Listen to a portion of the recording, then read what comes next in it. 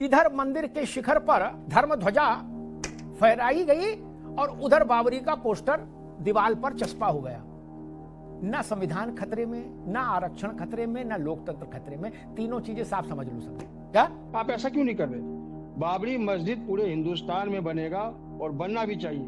किसी को दोस्तों, आज की इस डिबेट में अमिताभ अग्निहोत्री सर ने कांग्रेस के प्रवक्ता मुन्ना खान को और समाजवादी पार्टी के प्रवक्ता अशोक यादव जी के बहुत मजे लिए हैं। देखिए आप, पूरी डिबेट बहुत मजा आने वाला है। आज इस डिबेट को देखकर अपने विचार कमेंट बॉक्स में जरूर दें और इस वीडियो को ज्यादा से ज्यादा शेयर करें और ज्यादा लोगों तक पहुंचाएं ताकि वो भी इस वीडियो का आनंद उठा सके।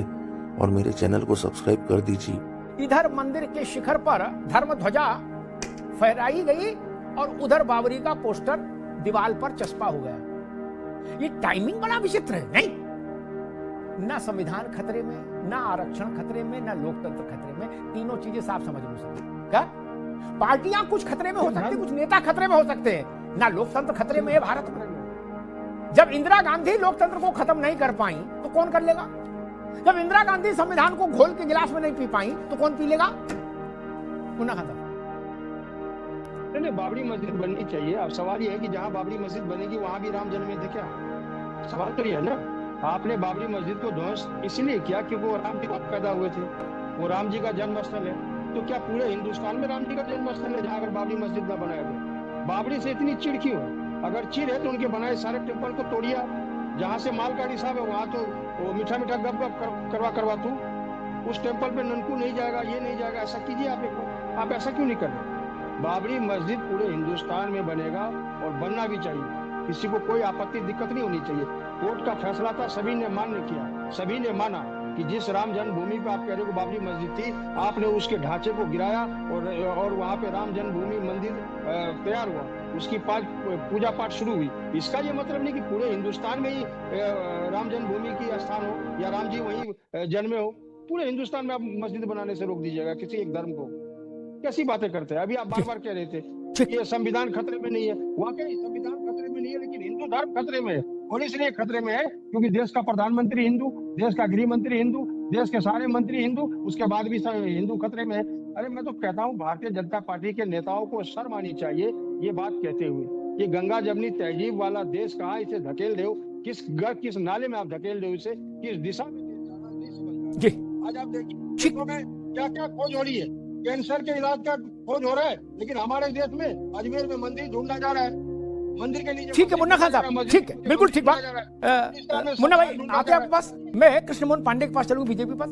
लेकिन एक बात जान लीजिए, कांग्रेस ने बड़ी खबर दे दी। अब ये खबर समाजवादी पार्टी के गले में भी नाग फांस की तरह फंस जाएगी आगे। मुन्ना खान कह रहे पूरे देश में बाबरी मस्जिद बननी चाहिए, हर जगह बननी चाहिए। क्यों नहीं बननी चाहिए? लो कर लो बात। बाबर से इतनी मोहब्बत तो कसम भगवान की हुमायूं को भी नहीं थी, कसम अल्लाह पाक की। उसके लड़के को भी इतनी मोहब्बत नहीं रही होगी अब्बू से जितनी कांग्रेस को है। वो कह रहे पूरे भारत में बाबरी मस्जिद बननी चाहिए। लो, अब यही सवाल कल अखिलेश जी से नहीं पूछा जाएगा? अशोक जी पूछा जाएगा ना। सांप छछूंदर जैसी गति हो जाएगी, किधर जाए। कांग्रेस का बाबर प्रेम सामने आ गया। वो कह रहे पूरे भारत में राम जन्मे थे क्या? भाषा देखिए, शब्द देखिए राम के प्रति। इस विश्व के करोड़ों अरबों लोग जिनको अपना आराध्य मानते हैं, उनके लिए कांग्रेस का स्वर देखिए। पूरे भारत में जन्मे थे क्या राम? और फिर आप वोट लेने जाते हो और जब वोट नहीं मिलता तो कहते हो वोट चोरी हो गया। वोट तो ऐसे ही चोरी हो जाता जब आप इतने अच्छे अच्छे वचन बोलते हो। राम को मानने वाले जिस भी व्यक्ति के कान में आपके ये शब्द जाएंगे कि क्या पूरे हिंदुस्तान में राम पैदा हुए थे, वो आपको वोट तो नहीं देगा मित्र, चाहे एसआईआर हो और चाहे एसआईआर ना हो। मेरी बात से अशोक यादव सहमत होंगे, इसलिए वो बच के खेले। लेकिन क्या करें, नादान की दोस्ती, जी का जंजाल। अशोक यादव के कंधे पर तो कांग्रेस बैठी है उत्तर प्रदेश में। ना ये झटक सकते हैं ना लटक सकते हैं। अशोक जी गलत तो नहीं कहा? कांग्रेस आपके कंधे पर बैठी है भाई, तो उसके किए धरे का असर आप पर तो आएगा। मैंने तो हुमायूं कबीर से भी ज्यादा बुलंद आवाज कांग्रेस की सुनी। वो करे पूरे देश में बाबरी मस्जिद बनाओ। बना के देख लीजिए, बना के देख लीजिए ना, देश की प्रतिक्रिया पता लग जाएगी। कांग्रेस ये प्रयोग करके देखे, देश भर में बाबरी मस्जिद बनाने की प्रक्रिया आरंभ करे। यह देश कांग्रेस को उत्तर दे देगा। आप प्रक्रिया तो आरंभ करिए, एक जगह चुन लीजिए किस शब्द का इस्तेमाल हो रहा है भगवान नाम के लिए। दुनिया में कहीं राम जन्म स्थान के लिए हमने दूसरे स्थान को कभी चिन्हित ही नहीं किया, कभी नहीं किया। दुनिया में सिर्फ एक ही स्थान को कहा कि यहां राम का जन्म हुआ था। कहा था पूरे भारत में राम जन्मे थे क्या? राम तो करोड़ों लोगों के हृदय में है मित्र, कहां तक राम को हटाइएगा? आप तो गए थे ना एफिडेविट लेके अदालत में, क्या हुआ था कि राम नहीं हुए थे, राम सेतु फर्जी है। लोगों ने आपकी लुटिया डुबो दी। ये बात जो अभी मुन्ना खान जी करे, मुझे लगता है ये बात राहुल गांधी जी को भी कहनी चाहिए। वो अपना ऑफिशियल स्टेटमेंट इसको बनाए, परंतु एक बात जो दूसरी बात इन्होंने कही वो बहुत खराब बात कही कि क्या राम हर जगह पैदा हुए थे। कृष्णमोहन जी एक मिनट, जो राम को लांछित कर सकते हैं उनके लिए गांधी जी क्या चीज है? गजब कर रहे हो आप कि इसको अपमानित करते हो। गांधी जी क्या है जो राम को कटाक्ष कर सकते हैं? उनके लिए गांधी जी और जयप्रकाश नारायण क्या है और लोहिया क्या है फिर? लेकिन ये वो भी नहीं कह पाए कि भारत भर में बाबरी मस्जिद बना दो। ना ना ना ना, राम भजो, कभी नहीं बोल पाए। ये आपकी जो रिश्तेदारी वाला मामला है कांग्रेस का, ये तो आज ऐसी बात कही थी तो कभी कोई नहीं बोल पाया हिंदुस्तान में। क्या शाहबुद्दीन भी नहीं बोल पाए, बाबरी मस्जिद एक्शन कमेटी के लोग नहीं बोल पाए, आजम खान नहीं बोल पाए, हालांकि वो भी बोलने में अनकंट्रोल्ड है फिर भी। ये देश राम वालों का है,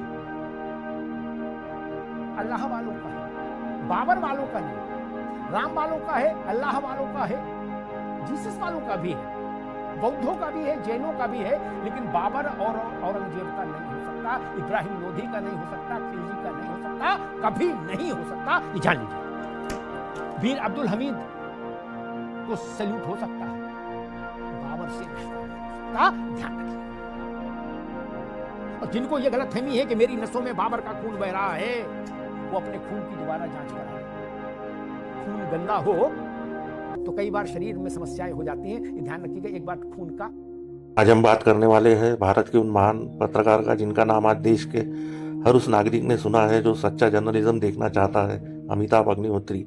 एक ऐसा चेहरा जिसके सवाल काटे नहीं जाते, जिसके विचारों से सिर्फ प्रेरणा ही ली जा सकती है। बहुत ही महान शख्सियत है। ऐसे पत्रकारों की आज देश को जरूरत है जो सच्चाई के दम पर चलते हैं और सिर्फ देश हित के बारे में सोचते हैं, किसी पार्टी, व्यक्ति या धर्म के बारे में नहीं सोचते। जो सच है वह बोलते हैं और बोलते ही रहेंगे आखिरी तक। मैं सलाम करता हूँ ऐसे पत्रकार को। अमिताभ अग्निहोत्री सर भारत देश के सबसे बड़े पत्रकार है और सारे पत्रकारों में सबसे बेस्ट है।